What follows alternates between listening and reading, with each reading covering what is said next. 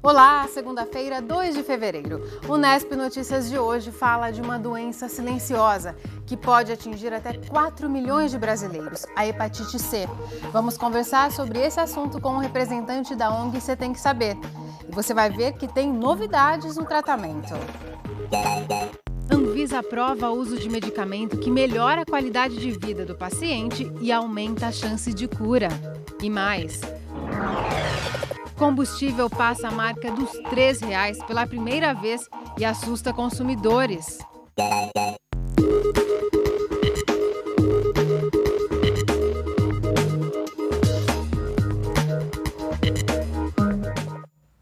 Quem foi abastecer o carro hoje levou um susto. O preço da gasolina nas bombas passa de R$ 3,20 pela primeira vez em Bauru. Por decisão do Ministério da Fazenda, as alíquotas dos impostos dos combustíveis subiram, o que elevou o preço ao consumidor final. As novas alíquotas do PIS/COFINS entraram em vigor ontem, afetando o preço dos combustíveis comprados nos últimos dias e vendidos a partir desta segunda em Bauru. Neste posto, o litro da gasolina passou de R$ 2,99 para R$ 3,29, um aumento de 10%. Nem o óleo diesel escapou do aumento. Os aumentos são consequência da necessidade do governo federal de buscar o reequilíbrio fiscal e o superávit primário, depois de um ano fraco como 2014. Mas o reajuste atinge em cheio principalmente o bolso de quem viaja. As pessoas que usam o carro ou moram em um ponto muito longe do centro, fica difícil o dia a dia, né? Porque as coisas não aumentam nessa velocidade, como o salário nós não temos um aumento nessa proporção. Como tudo no Brasil, né? Só salgado para nós. Para nós só resta pagar a conta de sempre. Os empresários do ramo justificam que tentam conter o aumento nas bombas, mas não tem como deixar de repassá-lo aos clientes. Além da margem de lucro, eles precisam pagar vários impostos para manter os postos em funcionamento. A gente não tem condições de bancar e esperar o mercado. Eu simplesmente repassei o que o governo passou, 15 centavos no diesel e 22 centavos na gasolina. Ou seja, eu mantive a mesma margem que eu tinha, eu venho mantendo. Obviamente que a gente vai ter que fazer uma pesquisa de mercado depois para verificar em que patamar a gasolina e o diesel vai ficar. Neste outro posto, os preços foram reajustados na manhã de hoje. Segundo a proprietária, é impossível evitar o repasse ao consumidor, uma vez que o combustível já vem mais caro das distribuidoras. É um repasse de imposto e, na verdade, o custo até o consumidor é bem maior, tá? Porque em cima desse preço final você tem outros impostos que não são ditos, como imposto de renda, contribuição social. Pela primeira vez em Bauru, o preço do litro da gasolina passa de R$ 3,20. Segundo especialistas, esse aumento significativo vai impactar na alta de outros produtos. Mas os empresários precisam ser criteriosos na hora de repassar os aumentos ao consumidor. Existe uma educação no meio empresarial que, se o combustível aumentar 10%, todos os produtos têm que aumentar 10%. Ora, isso só seria verdadeiro se os produtos fossem feitos 100% de combustível. Você tem fretes ou transportes que têm um grande peso o combustível, mas que esse grande peso seja 70%, se eu tive um aumento de 10% no combustível, meu aumento do frete seria 7%. Caso contrário, estamos fazendo um aumento errado. E, logicamente, que isso vai impactar a inflação. Pois é, mais um aumento para o bolso do consumidor.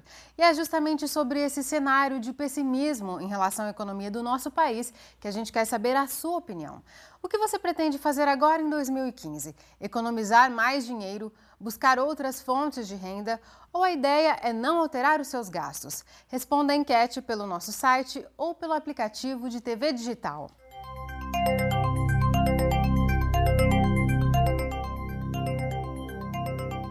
Está todo mundo de olho nos céus, esperando as chuvas para aliviar essa crise no abastecimento de água. Aqui em Bauru, nós tivemos um janeiro um pouco mais chuvoso que o do ano passado. O mês fechou com um total de 178 milímetros. Ainda assim, o volume ficou abaixo da média esperada para janeiro, que é de 290 milímetros. Esse é um dos destaques do boletim do IPMET desta semana. A precipitação não alcançou a média do mês, né? mas em comparação com o cenário do ano passado, está bem melhor, né? Então parece que as chuvas estão voltando à normalidade. A expectativa é sempre a melhor, né? A gente espera que a chuva se comporte como estava sendo dentro do prognóstico, que fique dentro da média, né? Para o início da semana, entre segunda e terça-feira, nós seguimos com uma característica bem de verão, né? Temperaturas altas, tempo quente e na parte da tarde aquelas instabilidades, chuvas isoladas, né? De curta duração que podem ser intensas. A partir de quarta-feira a instabilidade aumenta e pode chover a qualquer hora do dia, né? Chuvas um pouco mais intensas, volumosas, e as temperaturas devem entrar um pouco em declínio.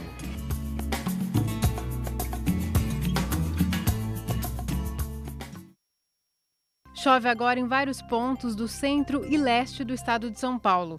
Em algumas regiões é grande a chance de tempestades acompanhadas de descargas elétricas. Em Bauru, o tempo instável pode trazer chuva hoje ainda. Também não estão descartadas pancadas para esta terça-feira.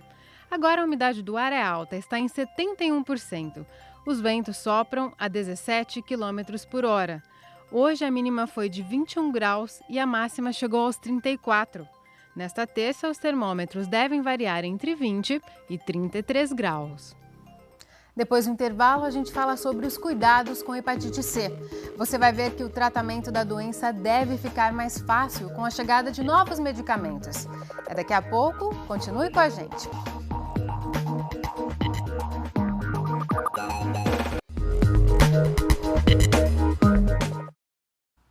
Voltamos com uma dica para alunos de comunicação. A Agência Júnior de Jornalismo da Unesp, aqui em Bauru, realiza a partir de amanhã a Semana de Jornalismo. O objetivo é discutir o papel do comunicador nas esferas regional, nacional e internacional. Vão ser oferecidas palestras e mesas redondas gratuitas, com jornalistas que estão em atuação no mercado de trabalho. O evento começa nesta terça, às 19h, e vai até quinta-feira. Mais informações no link unesp.tv/Semana Jornalismo. A gente muda de assunto agora e fala de saúde. A Agência Nacional de Vigilância Sanitária, Anvisa, liberou para a rede pública de saúde um novo medicamento, usado no tratamento da hepatite C. O remédio deve começar a ser distribuído até o fim deste ano. Um alívio para os pacientes que lutam para se curar dessa doença, que costuma chegar sem nenhum sintoma. Elaine tem 51 anos e descobriu que tinha hepatite C em 2011. A doença foi contraída aos 13 anos, quando ela passou por uma transfusão de sangue. Silenciosa, a hepatite conviveu com ela praticamente a vida toda, mas só foi diagnosticada em uma ultrassonografia para uma cirurgia de vesícula. O tratamento inclui injeções uma vez por semana e comprimidos todos os dias. Uma rotina que é cheia de efeitos colaterais. Tinha muita fraqueza, só tinha vontade de ficar deitada. Só que você tem que reagir contra isso, você não pode ficar só deitada, porque senão você não levanta mais. Deixa a gente muito abatida, muito cansada mesmo de você sentir falta de ar. Essa doença ela pode desencadear depressão e a gente também toma medicamento para depressão durante o tratamento. O primeiro dia de tratamento foi o pior, com febre e necessidade de ficar na cama, mas o organismo dela respondeu bem. Em 6 meses, o vírus desapareceu da corrente sanguínea. Hoje, ela mostra os exames negativos com alívio. Graças a Deus, estou curada, me sinto bem, normal, faço tudo o que eu tenho que fazer, não tenho mais problema nenhum. Mas alguns pacientes não têm a mesma resposta da Elaine. A cura da hepatite pode demorar até 1 ano. Período no qual os efeitos colaterais continuam fazendo parte da rotina. Dados da Secretaria de Saúde de Bauru mostram que em 2014 a cidade registrou 22 novos casos de hepatite C, um número bem menor do que em 2013, quando foram 87 novos casos. Para acelerar a cura e melhorar a qualidade de vida dos pacientes, a Anvisa liberou neste mês um novo medicamento importado chamado Daclatasvir. Outros 2 também são aguardados, mas ainda dependem de registro. De acordo com esta especialista da rede municipal de saúde, o novo medicamento ainda não está disponível na rede pública, mas quando chegar aos pacientes, a probabilidade de cura vai aumentar bastante. No momento, nós ainda estamos usando o tratamento à base de interferon, que é uma combinação de interferon e um comprimido que se chama ribavirina. A eficácia dos remédios hoje do interferon é por volta de 60%, 70%, dependendo do estágio e do genótipo do paciente de hepatite C. Mas a gente acredita que com as novas medicações, essa eficácia vai ser acima de 95%. Já este médico explica que o Daclatasvir só será liberado para pacientes com hepatite C de genótipo 1, o que engloba 55% dos doentes no Brasil. Dependendo do paciente, o medicamento poderá ser combinado com outras fórmulas e levar ao fim das injeções. Essas medicações já estão em uso nos Estados Unidos há aproximadamente 1 ano e meio e eles têm resultados muito animadores quanto ao uso dessa medicação. Hepatite C é um campo de estudo muito grande, nós temos diversas novas moléculas a caminho ainda. Mas com certeza, para uma pequena parcela dos pacientes brasileiros, vai ser uma grande mudança e uma possibilidade de tratamento. Depois do intervalo, nós vamos falar mais sobre o tratamento e principalmente sobre o diagnóstico precoce da doença.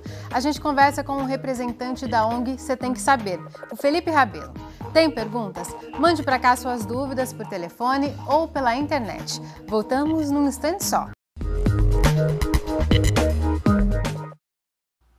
A gente volta a falar sobre a prevenção e o diagnóstico precoce da hepatite C. Recebemos o representante da ONG Você Tem Que Saber, que é lá de São Manuel, que dá apoio aos pacientes. Vamos conversar com o Felipe Rabelo. Felipe, muito obrigada por sua presença aqui no Nesp Notícias. Eu que agradeço a oportunidade de estar aqui hoje. Felipe, como que a ONG dá apoio e suporte a esses pacientes? Após detectado o vírus da hepatite C, o paciente é encaminhado para o polo mais próximo para iniciar o tratamento. A ONG tem como objetivo orientar o paciente, defender seus direitos e dar o tratamento na unidade do SUS com especialistas da área. Direitos principalmente em relação ao acesso a esse tratamento? Acesso ao tratamento, que é gratuitamente pelo SUS. E a ONG é de São Manuel, como nós já dissemos, e vocês lançaram uma campanha nacional que está mobilizando artistas, inclusive, que é o Selfie com C. Explica pra gente o que é essa campanha. A campanha consiste em fazer com uma das mãos a letra C. O motivo é divulgar essa doença silenciosa que mata por dia cerca de 12 pessoas e 3 milhões de brasileiros estão infectados. E esse é o motivo de demistificar a doença. Nós estamos vendo aí imagens, né, de artistas, pessoas que apoiaram a campanha. Então, a ideia é divulgar. Isso. Por isso, a importância desse diagnóstico precoce, porque muitas pessoas têm e não sabem. E não sabem. É importante a detecção precoce, pois tardiamente detectada a doença pode estar num caso de cirrose ou com câncer no fígado. Por isso é importante a detecção precoce. E quais são os exames que podem identificar se tem o vírus da hepatite C no organismo? O exame é simples, é com uma gota de sangue, simplesmente. É realizado o exame e em 2 minutos já tem o resultado, se você já tem o vírus da hepatite C. Mas tem que ser um exame específico, não é o hemograma comum, não é? Existe um teste rápido que é realizado pela ONG e é disponível em todos os municípios, gratuitamente. E existe um exame mais completo. Após detectado, confirmado o vírus pelo esse exame rápido, a pessoa é encaminhada para fazer um exame mais complexo para a confirmação da doença, do vírus. Um dado curioso até é que hoje existem mais pessoas com o vírus da hepatite C do que com o vírus do HIV, inclusive. Isso, são cerca de 3 milhões de brasileiros infectados e 90% não sabe que possui o vírus da hepatite C. É muito sério. Nós vimos na reportagem o caso da Elaine. Ela contraiu o vírus numa transfusão de sangue há muitos anos. Esse é o tipo de contágio mais comum ainda dessa doença? Sim, pois antes de 93 não era verificado as bolsas de sangue. A partir de 93 houve a verificação de todas as bolsas de sangue. Então as pessoas doavam o sangue Isso. sem saber que tinham o vírus e acabavam... E não tinha a verificação dessas bolsas se havia o vírus da hepatite C. E havia muitas transfusões e nessas transfusões muitas pessoas adquiriram o vírus da hepatite C. E quais são as outras formas de contaminação, Felipe? As outras formas de pegar o vírus da hepatite C são com formas de compartilhar seringas, as formas da manicures, né? É importante que cada pessoa tenha o seu estojo, porque a maioria das manicures não possui instrumento correto de esterilização. Então o vírus pode estar presente no alicate, nos instrumentos ali da manicure. Quer dizer, o contato do sangue com o sangue da pessoa contaminada. Isso, contaminada. Então o ideal é que as mulheres tenham, né, o seu próprio estojo, instrumento. Que é a melhor forma. Certo, e nós falamos também sobre essa novidade no tratamento com a chegada desse remédio e de que forma ele vai melhorar a qualidade de vida do paciente em tratamento. O medicamento foi um alento para os pacientes, pois com esse novo tratamento diminui pela metade do tempo e não tem efeitos colaterais, pois com o atual tratamento as pessoas têm depressão, anemia, problemas dermatológicos e além de fazer o tratamento da hepatite, tem que fazer um tratamento paralelo com dermatologista, psiquiatra, pois as reações são muito fortes. E hoje o tratamento ele é por via oral, mas também intravenosa, né? Através de injeção. Isso, hoje o tratamento utilizado é por injeções e comprimidos. No tratamento atual é somente com comprimidos.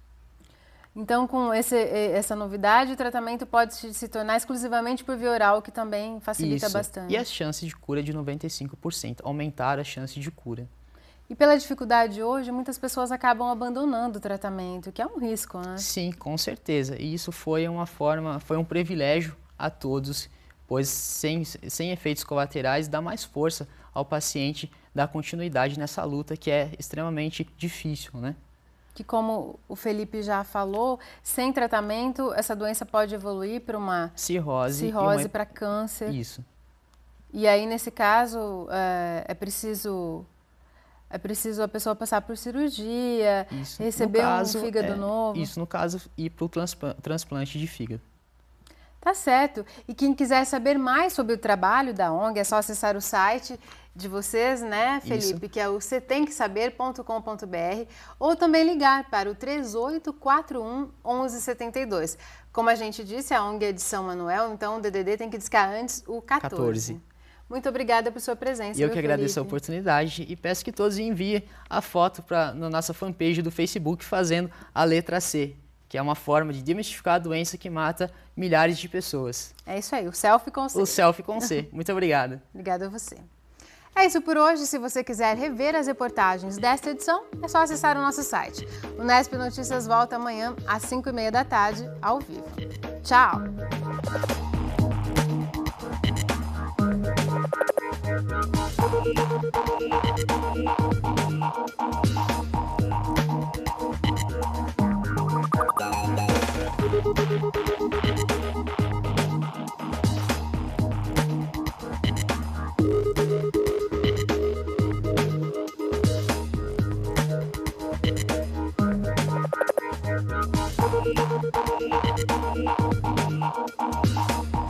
Thank you.